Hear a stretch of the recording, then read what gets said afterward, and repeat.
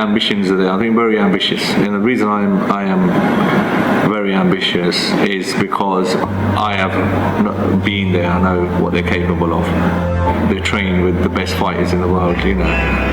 They spar with the best fighters in the world. You know, that kind of determines in terms of what level they are at. Was Hassan. He brings. He's very aggressive, very exciting, and then that excitement attracts fans, attracts people towards boxing. So for me, he brings excitement. He brings a wow factor within boxing. So Adam is going to bring. I think he's the next generation. You had your Manny Pacquiao, you had your Mayweather, obviously currently you've got Khalil and Lomachenko. I think Adam is going to be the next one of those.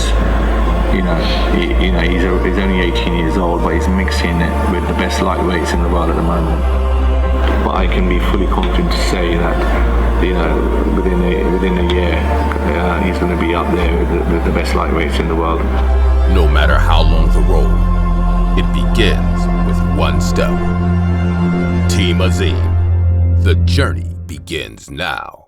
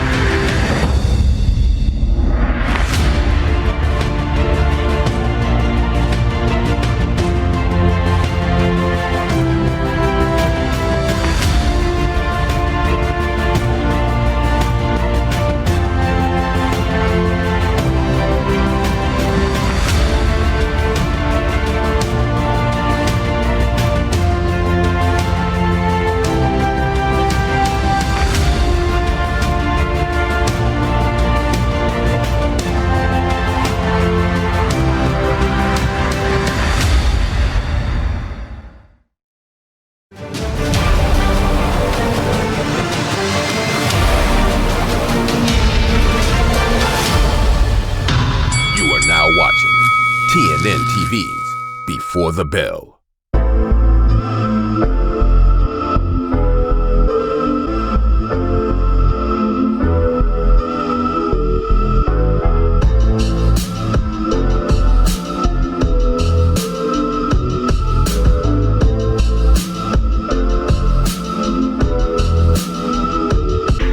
There's a big problem in it, and I know you're loving this. This is like vintage footage for you, okay? But Azim, okay, let me clarify. Azim has made a huge error in these shots.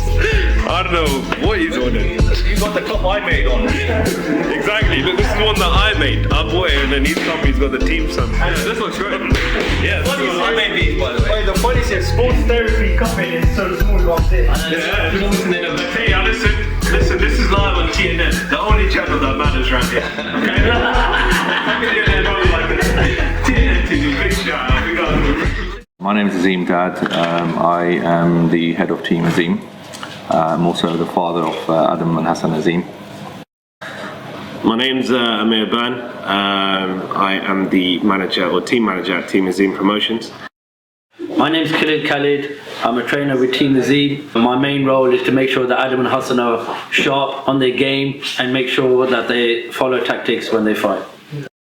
Born abroad in Kotli in Azad Kashmir, which is in Pakistan, and spent most of my teenage years down in Slough. I know the community pretty well. I've seen its ups and downs. I wasn't a big follower of boxing. I was mainly into football. I got football myself. I played high-level football, played for the QPR Academy. When I was 14, 15 years old, due to injury, I couldn't continue my career. I have a care business, which we're the number one living care provider across the country. So and obviously when I'm not boxing, then it's in the office. And the interest into boxing came when I realised how good my son Adam was. Coming from our gym in Pinewood, if you walked in Pinewood, you'll have travelling fighters, you will have Asian fighters, you will have black fighters, you will have Jewish fighters. You come from every spectrum. And you know, when you walk to the gym, you don't look at them in that way. You look at them as one family. Any other fighter that comes along will be coming not only to a team but into a family. And I always make sure that the team Azim is everyone is treated like family. I've known the boys and everyone at Team Azim, i.e. the father and the family, for many years now. We met through many different sporting opportunities, i.e. football and obviously boxing as well. The boys used to train at the same gym as us, at K's gym with Mr. Khalil, which is where we became accustomed with one another. And yeah, it was straight away you could tell that, you know, these boys were special. Okay, Gym Katana was made for the community and for youth, basically. It started when I was 15 years old. Obviously, I was young myself and I had a few issues, and I used to train in my garage. When I started to work, I started to obviously think about my garage and how I can make it a gym. So my first wage, I actually remember that for my first wage I spent about £250 getting gym equipment. I started to research about training, about boxing. I did used to go to a boxing gym, but with certain issues, and obviously I had meningitis when I was young, so I couldn't perform at the level I wanted to. So I thought about it, I don't want to quit, I still want to keep fit, and obviously if I can't train and be a boxer myself, I can maybe train boxers and get them fit and maybe create champions. So I went on from there. I love boxing. I've been boxing since I was young. Any sport really. I love sports. I've always been active. So as much as boxing's, you know, one of my favourites, you know, because I enjoy doing it so much. Cricket, football, tennis, and to be honest, used to play quite competitively. Yeah, you'd be surprised. I mean, don't let the physique fool you. You know, my boxing career is behind me. Not that it was much of a career. It was just a couple of fights. But look, if you're talking about knowledge in the ring, I've been in the ring for most of my life. In the gyms, I've been around sparring different people, and look, that always helps. Experience in the ring, you can't buy that. I do like to spend a lot of time with my daughter. She's got a personality herself, and I've got a personality. I like watching movies. I like wildlife. I like just relaxation, because all the pressures in the gym, it sometimes is a lot on my shoulders, because I want everyone to do well. The hobbies outside boxing, like I said, I like business. I'm a businessman.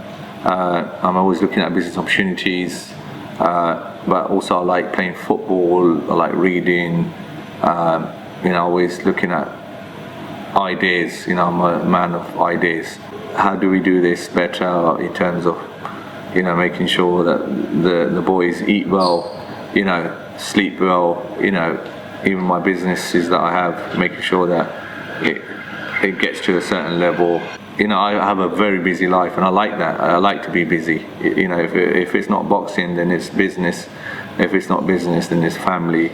If it's not family, then, you know, I'm a big Liverpool fan. I watch a lot of football. I used to play a lot of football, but at my age now, you know, it's getting difficult for me to recover from one football match, let alone two I used to play every week. Tell us about Coach Khalil himself. Mr. Khalil Khalid. Amr Bon. Well, Amr Bon, obviously, I've known him when he was young. Khalil Khalid, I've known him since I think I was a little boy, probably about 10 years old. In my job, I was a youth worker, and I'm also a carer. So I look after kids with special needs. There was a lot of youngsters basically, but Amr Bon tested me a bit. When Amr Bon came, I was training him first, and then I got him to do charity work. Obviously, looking after disabled people, older and younger, you learn patience. You learn how to, sometimes it's best not to say something when someone's obviously challenging behaviour, and that you can't just react. So I think Amr Bon learned a lot from that. It's crazy because he's very much a mirror reflection of what I see in the boys. He started off in a little garage, you know, with, you know, just some dirty, dusty equipment, but he made it work. He's working hard behind the scenes. He got Mr. Azim's attention as well, which is why he's on board. I'll tell you a story once as well. Once we went on a trip, taking youngsters out, you know, getting to know them and teaching them that, you know, crime is not what you do in the future. And so basically we went dragon boating. It was a team. It was team sport. They were learning skills. They had to do everything as a group and help support each other. So after that, anyway, so I was dropping Amr Bon home. So I dropped him home, and then I thought, good, I've done my good deed today to help someone. So as I was walking back, he came back the opposite way in a car, and he's only bloody 15 years old. And I was thinking, oh my God, I remember that day. He looked at me, and he stood like that, I go, Armour Bond, remember the day? I go, you're playing with fire, you know that, you're going to get burned. If you know him, you know him, and he's a funny guy. He's a real funny guy. He likes to have a good laugh, a bit of banter. He does the same when he's, training with the boys. Sometimes he can mix it up a little bit. I've had numerous messages from people that obviously suffer from depression, who've had these problems, and I've just told them to come in and punch a bag. No one has a perfect life. So I think it's one of the best ways to come in and punch a bag, let off your heat, learn something, but go home feeling good about themselves. Okay, so the team Azim is made up of myself, which is I'm the head of Team Azim. We have Amr Ban, who's not only the team manager, he's a qualified physio, qualified acupuncturist. He knows both dry and wet cupping, muscle release therapy, and he's always available. I mean, whenever the boys are injured, have some sort of injury, within half an hour, he gets to see them and sorts them out. Yeah, Mr. Azim, he has got his boys to where they are today. There's no doubt about that. A lot of people see the fighter, they see the results, they see the championships, but what they don't see is the man hours that went behind it. The amount of drives up and down the motorway, the hotel nights, the stays, the sacrifices, whilst trying to maintain a home at the same time as well as doing all of this. I don't know how he did it. The team Azim has always been there through the amateurs. Yes, I know we've had a few additions here and there, but the team is made up of the same people that were in the amateurs. When I first saw Adam and Hassan and their dad, basically, it reminded me of Lewis Hamilton and his dad. Honestly, because there's not often you get a father who supports their sons, wants them to go far, but also, gives time as well. He's a very smart man as well. He strategizes everything really well to the T. He's very detailed in the way that he goes about things. When you're aiming for the top, there's very little mistakes that you can make. So when it comes to training routines and managing diets and schedules, etc., he's worked really hard and meticulously to put people in certain positions to make sure that things get done. I can't see everything as a trainer. I ain't got 4 eyes. Through the struggles as well. Once, sometimes when Adam has lost, how he's responded, he hasn't given up, hasn't thrown his toys out the basket and say, oh, I've had enough, or been a hard loser. It's always been okay. What can we improve? What was wrong with their performance? What was good with their performance? So the goal for our team is to create a sort of institution, to ensure that we have every area covered when it comes to actually managing, the fighters. We want to create a sort of team where the fighters can actually get on with fighting, and whilst the team will do all the work in terms of making sure, the contracts are negotiated, the matchmaking is done right. The nutritionists will work in terms of making sure they make weight. You have the ticketing sponsorship managers, they're responsible to, create that awareness. And also we have Khalil, he's a new addition to the team. Not only is he the founder of the Magic Wishing Well, which the boys are ambassadors to, so this is a charity organisation which we do a lot with them. We also have Andy, who's based in Dublin. He's the cut man and rap man. He does a brilliant job with the boys every time. He's also been a cut man for Carl Frampton, Conor McGregor, so he brings a lot of experience towards that. Adam was a very naughty kid when he was young. Very hyperactive, wouldn't sit still. Took him to a doctor once. I was holding Adam in my hand and he had my keys in his hand.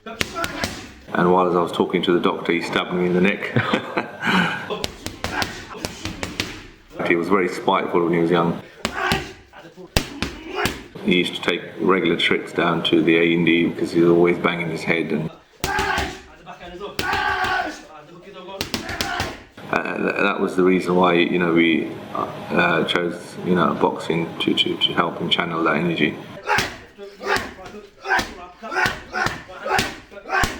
He was very hard work, Adam was. And you can see him now, he's much more calmer. What's Hassan, he was in the background always. He wasn't as hyper, he wasn't as naughty as his brother Adam. He was a very sensitive child.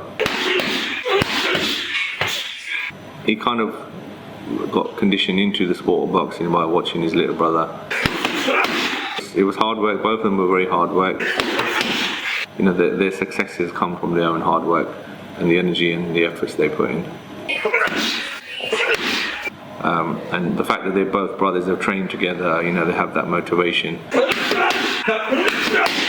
It's good that the fact that they both train together, they run together, they're at the gym together, they literally are together all the time. Team Azim Promotions, our main goal and our objectives are to simply make sure that we give our fighters everything that they need to give them the best possible opportunity at achieving their goals and becoming successful. We were struggling within the amateurs to get sparring and even getting bouts. But now, you get the chance to see it on the TV. You've got the chance to see what they're capable of. The journey is going to be brilliant. These boys have done the dress rehearsal. They've done the nursery, the first school, the middle school. This is now time for them to graduate within the professional field.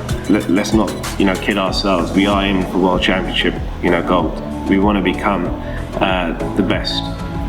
And if we weren't in it to become the best, then to be honest, we'd have to question why we're in it at all. People need to tune in and see what's going to happen. You're going to witness the introduction of Team Azim to the boxing world.